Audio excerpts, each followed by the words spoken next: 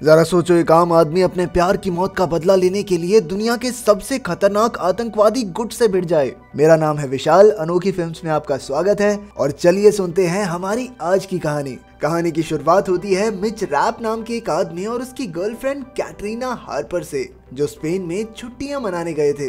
Rap Katrina से बेहद प्यार करता था और वो जल्द ही उसे शादी के लिए प्रपोज करने वाला था। जब वो दोनों बीच पर एक दूसरे की बाहों में थे तो रैप ने वीडियो रिकॉर्ड करते हुए कैटरीना को शादी के लिए प्रपोज किया। इसके बाद रैप खुशी खुशी अपने और कैटरीना के लिए बियर खरीदने गया, लेकिन अचानक रैप के लिए वो खुशी का पल एक खौफनाक मंजर में बदल गया, जब कुछ आतंकवादियों ने अचानक वहां हमला करके लोगों पर अंधाधुंध गोलियां बरसानी शुरू कर दी। इस गोलीबारी में कैटरीना की मौत हो गई। इस घटना के 18 महीने बाद भी रैप के मन में बदले की आग जल रही थी, इसीलिए उसने मार्शल आर्ट्स और निशानेबाजी की कड़ी ट्रेनिंग ली ताकि वो उसके प्यार को उससे छीनने वाले लोगों से बदला ले सके। और तो और उसने उस आतंकवादी संगठन के बारे में काफी छानबीन की और समय समय पर वो उनसे बातचीत करने की कोशिश भी करता रहा। अब उन आतंकवादियों के ग्रुप में शामिल होकर अपने हाथों से उनकी जान लेना ही रैप की जिंदगी का इकलौता मकसद था। आखिरकार काफी कोशिशों के बाद रैप अदनान नाम के एक आदमी से बात करने में कामयाब हुआ,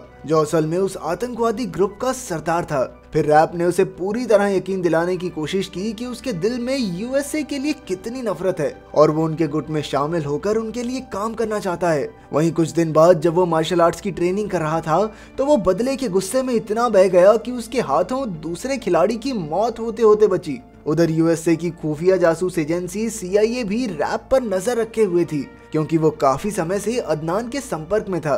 सीआईए भी अदनान तक पहुंचना चाहती थी, इसलिए उन्होंने रैप पर नजर रखी, लेकिन रैप इस बात से बिल्कुल अनजान था। इसके बाद बातचीत के दौरान अदनान रैप से गहरी पूछताछ करने लगा, लेकिन रैप उसे यकीन दिलाने में कामयाब रहा और आखिरकार अदनान ने उसे मिलने के लिए लीबिया बुलाया। फिर जब रैप की मुलाकात अदनान से हुई तो वो उसे खत्म करने के लिए एकदम तैयार था। अब कैटरीना की मौत का बदला लेने का वक्त आ चुका था, लेकिन उसी समय न जाने कैसे यूएस की स्पेशल फोर्सेस भी वहां पहुंच गई और उन्होंने वहां हमला करके अदनान को मार डाला।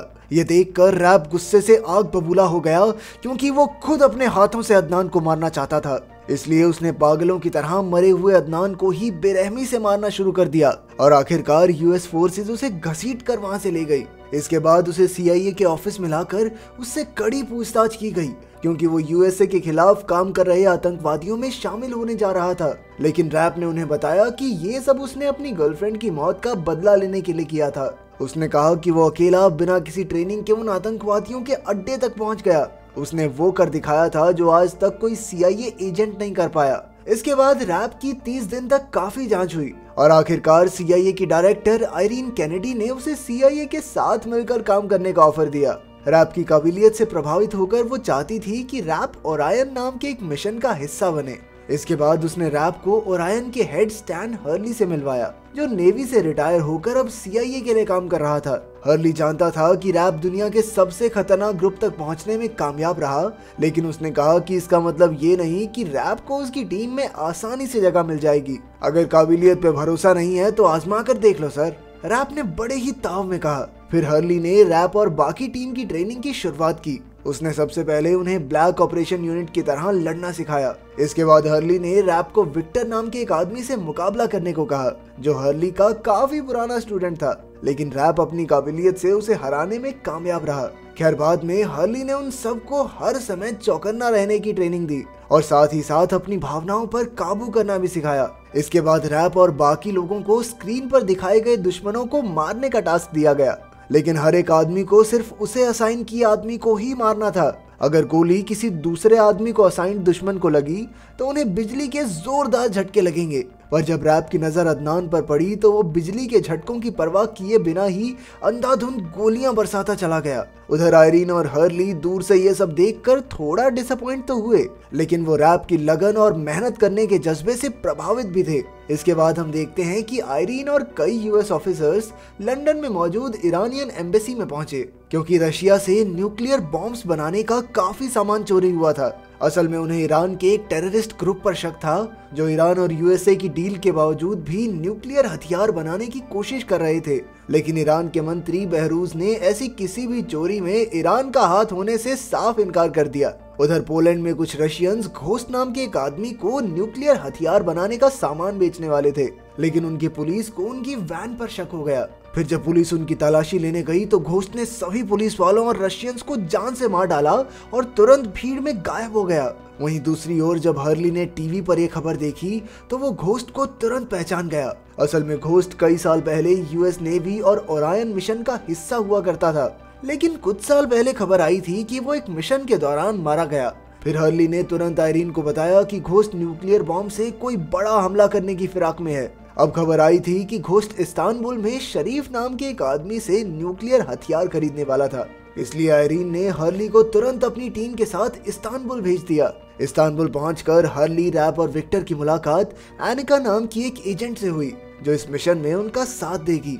फिर हर्ली और उसकी टीम ने घोस्ट की होने वाली डील को नाकाम करने का प्लान बनाया। डील वाले दिन हर्ली ने उस फौजी को पकड़कर मार डाला जिसे शरीफ ने चारों ओर नजर रखने को कहा था। उधर रैप और विक्टर शरीफ का पीछा करते करते घोस्ट तक जा पहुंचे, लेकिन विक्टर को देखते ही घोस्ट समझ गया कि वो ओरायन का मेंबर है, इसलिए उसने चाकू से विक्टर को मौत के घाट उतार दिया। इसके बाद घोस्ट और शरीफ वहां से फरार हो गए। अब विक्टर की मौत की वजह से उनका मिशन नाकाम हो चुका था, इसलिए हर्ली ने रैप को वापस लौटने का ऑर्डर दिया, लेकिन रैप उनके ऑर्डर्स को अनसुना करके शरीफ के पीछे भाग निकला। लेकिन शरीफ के फरार होने की वजह से उसने शरीफ के बॉडीगार्ड कमील को बंदी बनाकर शरीफ के अड्डे का पता लगाया। फिर कमील उसे शरीफ के घर तक ले आया, जहां रैप ने आसानी से शरीफ के आदमियों की हड्डी पसली एक कर दी और आखिरकार शरीफ को गोली से उड़ा दिया। फिर वो उसका लैपटॉप लेकर वापस हर्ली के पास पहुंचा, लेकिन हर्ली उसके काम से बहुत गुस्सा था।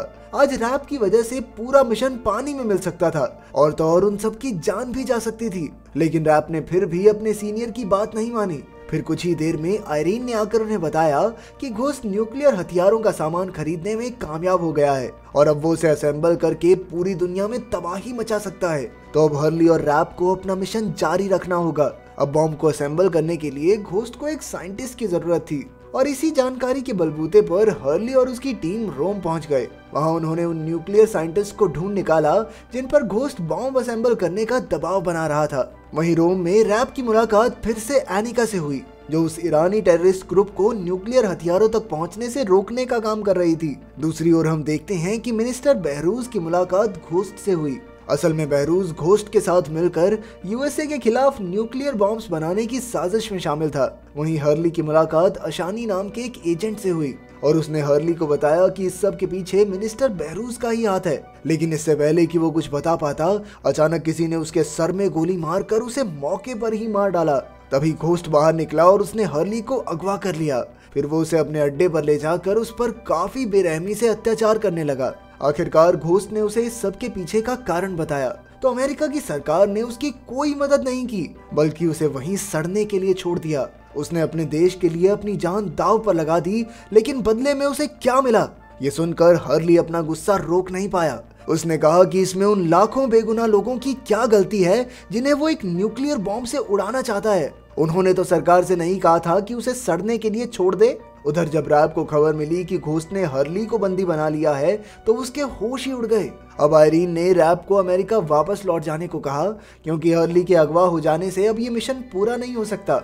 अब उसने स्पेशल फोर्सेस बुलाकर हर्ली को छुड़ाने का फैसला किया, लेकिन रैप अब भी मिशन पूरा करने की जिद पर अड़ा था। इसके बाद वो एनिका के साथ मिलकर घोस्ट के खुफिया अड्डे तक पहुंचा, जहां वो न्यूक्लियर बॉम्ब असेंबल करने वाला था। उधर आयरीन जानती थी कि रैप रुकेगा नहीं, इसीलिए उसने स्पेशल फोर्सेस को रैप के ऑर्डर्स मानने को कहा।